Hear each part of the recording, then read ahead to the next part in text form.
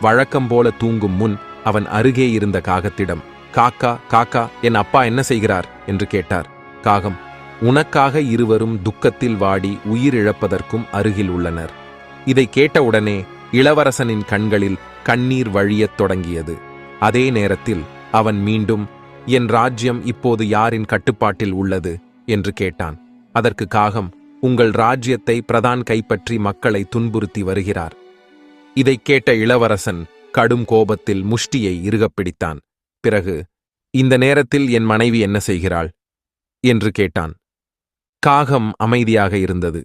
அதை பார்த்து ராணி தன்னை கட்டுப்படுத்த முடியாமல் அவனின் மார்பில் சாய்ந்து கண்ணீருடன், இளவரசே, சூரிய பகவான் உன்னை வரமாக எனக்கு தந்துவிட்டார்.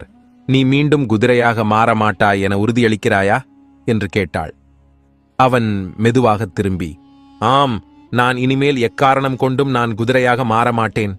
சூரிய பகவான் எனக்கு இந்த பிறப்பிலிருந்து விடுதலை அளித்தார் என்றான்.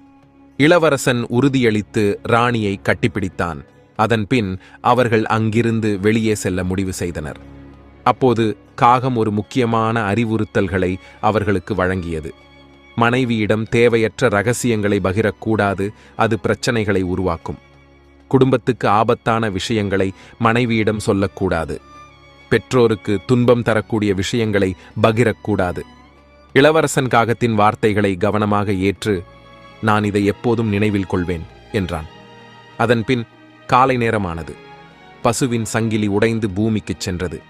இளவரசனும் ராணியும் தனது ராஜ்யத்திற்கு திரும்பினர். மக்களுக்கு பரிசுப் பொருட்களை வழங்கினர். இளவரசன் ராஜ்யத்திற்கு திரும்பிய செய்தி நாடு முழுவதும் பரவியது. மக்களின் மகிழ்ச்சி உச்சத்தை அடைந்தது. தனது பெற்றோரைக் கண்டதும் அவர்களை அன்போடு அரவணைத்தான். ஆட்சி பொறுப்பை ஏற்று மக்களுக்கு தர்மத்துடன் ஆட்சி செய்தான். தனது மனைவியுடனும் பெற்றோருடனும் மகிழ்ச்சியான வாழ்க்கையை வாழ்ந்தான். அந்த வயதான கிழவியையும் தனது அருகில் வைத்துக்கொண்டு அவளுக்கு வாழ்க்கை